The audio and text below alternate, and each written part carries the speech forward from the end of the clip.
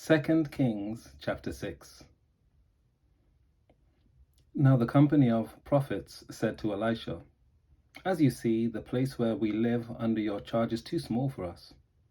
Let us go to the Jordan and let us collect logs there, one for each of us, and build a place there for us to live." He answered, "Do so." Then one of them said, "Please come with your servants."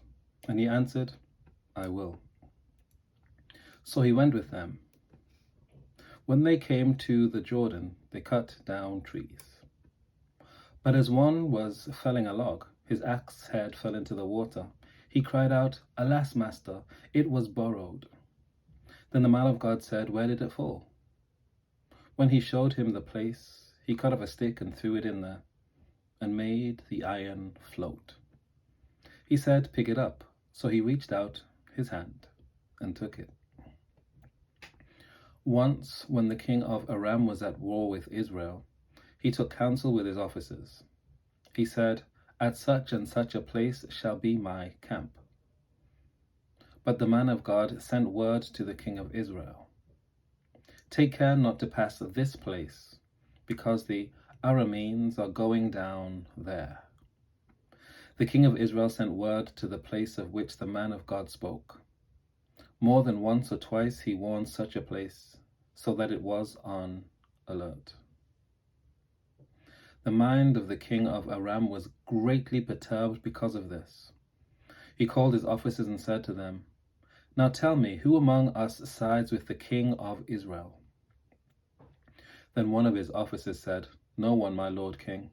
It is Elisha, the prophet in Israel, who tells the king of Israel the words that you speak in your bedchamber." He said, "Go and find where he is. I will send and seize him." He was told, "He is in Dothan." So he sent horses and chariots there, and a great army. They came by night and surrounded the city. When an attendant of the man of God rose early in the morning and went out, an army with horses and chariots was all around the city. His servant said, "Alas, master, what shall we do?" He replied, "Do not be afraid, for there are more with us than there are with them." Then Elisha prayed, "O Lord, please open his eyes that he may see." So the Lord opened the eyes of the servant, and he saw. The mountain was full of horses and chariots of fire all around Elisha. When the Arameans came down against him, Elisha prayed to the Lord and said, "Strike this people, please, with blindness." So he struck them with blindness as Elisha had asked. Elisha said to them, "This is not the way, and this is not the city. Follow me, and I will bring you to the man whom you seek." And he led them to Samaria. As soon as they entered Samaria, Elisha said, "O Lord, open the eyes of these men so that they may see." The Lord opened their eyes, and they saw that they were inside Samaria. When the king of Israel saw them, he said to Elisha, "Father, shall I kill them? Shall I kill them?" He answered, "No." "Did you capture with your sword and your bow those whom you want to kill? Set food and water before them so that they may eat and drink, and let them go to their master." So he prepared for them a great feast. After they ate and drank, he sent them on their way, and they went to their master. And the Arameans no longer came raiding into the land of Israel. Some time later, King Ben-Hadad of Aram mustered his entire army. He marched against Samaria and laid siege to it. As the siege continued, famine in Samaria became so great that a donkey's head was sold for 80 shekels of silver, and 1/4 of a cab of dove's dung for 5 shekels of silver.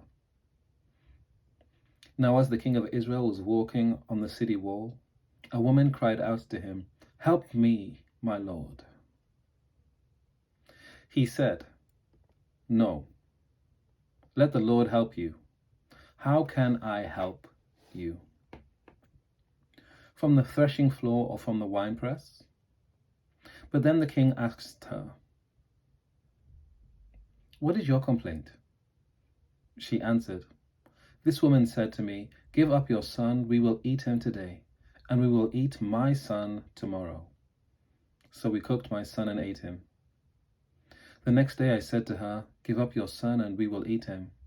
But she has hidden her son. When the king heard the words of the woman, he tore his clothes. Now since he was walking on the city wall, the people could see that he had sackcloth on his body underneath. And he said, So may God do to me, and more, if the head of Elisha, son of Shaphat, stays on his shoulders today. So he dispatched a man from his presence. Now Elisha was sitting in his house, and the elders were sitting with him.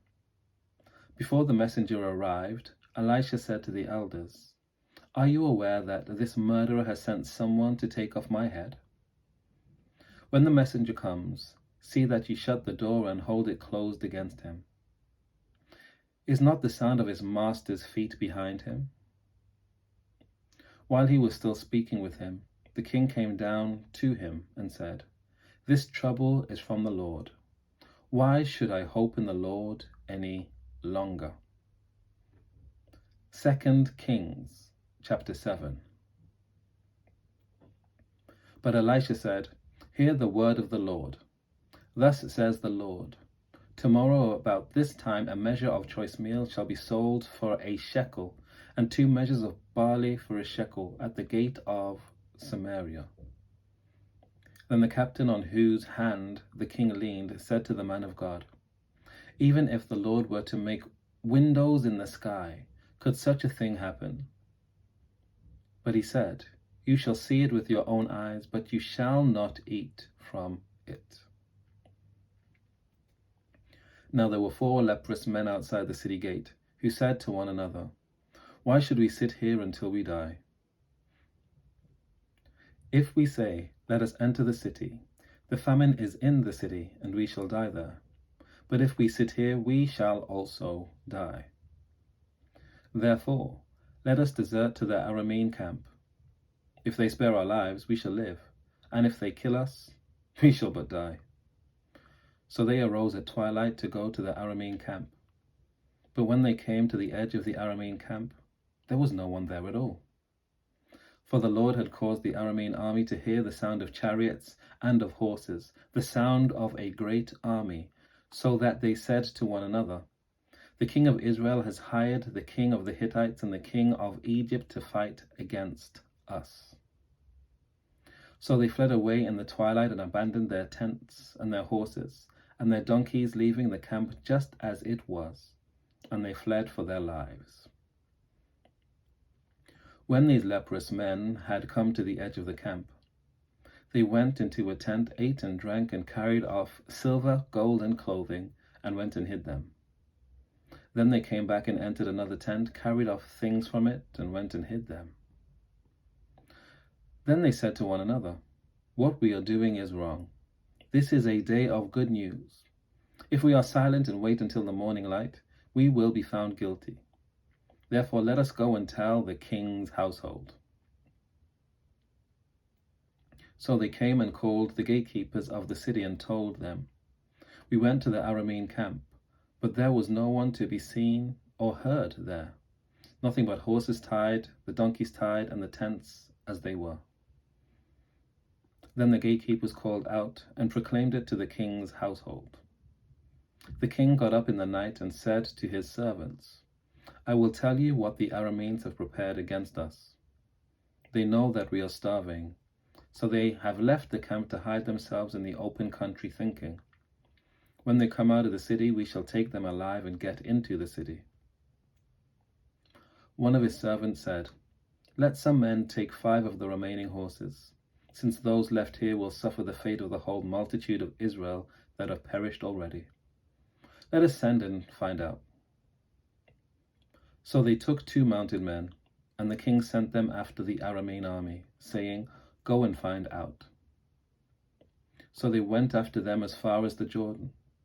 The whole way was littered with garments and equipment that the Arameans had thrown away in their haste.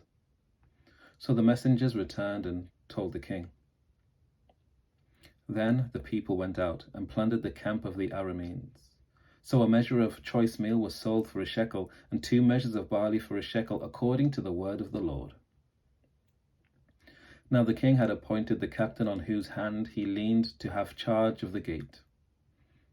The people trampled him to death in the gate, just as the man of God had said when the king came down to him.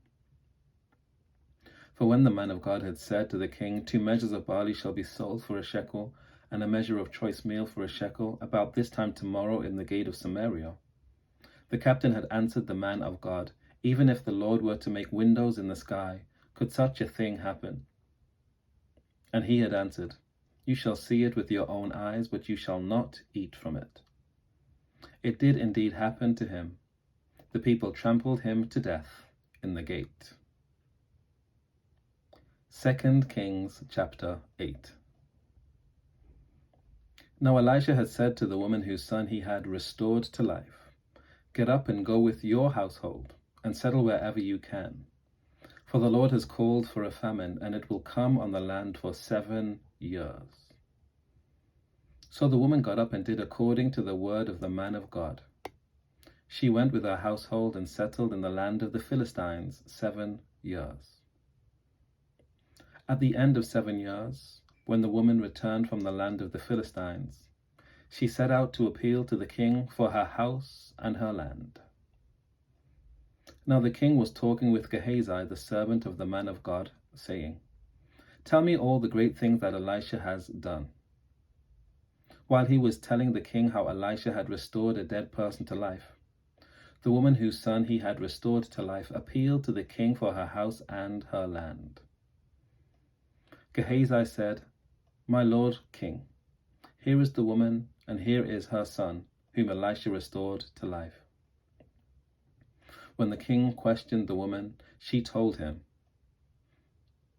So the king appointed an official for her, saying, Restore all that was hers, together with all the revenue of the fields, from the day that she left the land until now. Elisha went to Damascus while King Ben-Hadad of Aram was ill. When it was told him, The man of God has come here, the king said to Hazael, Take a present with you and go to meet the man of God. Inquire of the Lord through him whether I shall recover from this illness. So Hazael went to meet him, taking a present with him, all kinds of goods of Damascus, 40 camel loads. When he entered and stood before him, he said, Your son King Ben-Hadad of Aram has sent me to you, saying, Shall I recover from this illness? Elisha said to him, Go say to him, You shall certainly recover. But the Lord has shown me that he shall certainly die. He fixed his gaze and stared at him until he was ashamed. Then the man of God wept. Hazael asked, Why does my Lord weep?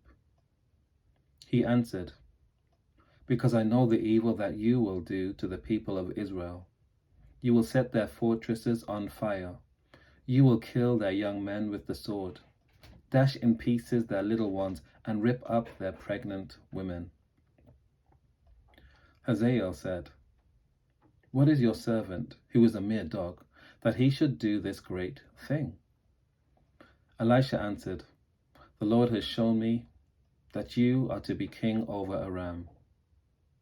Then he left Elisha and went to his master Ben-Hadad, who said to him, What did Elisha say to you?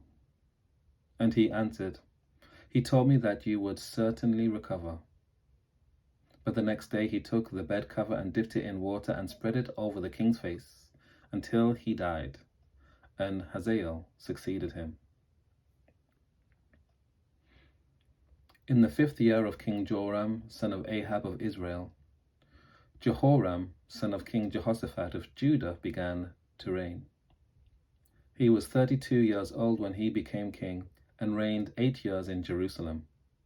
He walked in the ways of the king of Israel, as the house of Ahab had done, for the daughter of Ahab was his wife. He did what was evil in the sight of the Lord. Yet the Lord would not destroy Judah for the sake of his servant David, since he had promised to give a lamp to him and to his descendants forever. In his days, Edom revolted against the rule of Judah and set up a king of their own. Then Joram crossed over to Zair with all his chariots. He set out by night and attacked the Edomites and their chariot commanders who had surrounded him. But his army fled home. So Edom has been in revolt against the rule of Judah to this day. Libnah also revolted at the same time. Now the rest of the acts of Joram and all that he did, are they not written in the book of the annals of the kings of Judah? So Joram slept with his ancestors, and he was buried with them in the city of David. His son Ahaziah succeeded him. In the 12th year of King Joram, son of Ahab of Israel, Ahaziah, son of King Jehoram of Judah, began to reign. Ahaziah was 22 years old when he began to reign. He reigned 1 year in Jerusalem. His mother's name was Athaliah, a granddaughter of King Omri of Israel. He also walked in the way of the house of Ahab, doing what was evil in the sight of the Lord, as the house of Ahab had done, for he was son-in-law to the house of Ahab. He went with Joram son of Ahab to wage war against King Hazael of Aram at Ramoth-Gilead, where the Arameans wounded Joram. King Joram returned to be healed in Jezreel of the wounds that the Arameans had inflicted on him at Ramah, where he fought against King Hazael of Aram. King Ahaziah, son of Jehoram of Judah, went down to see Joram, son of Ahab, in Jezreel, because he was wounded. Take care. God bless. I'll see you next time.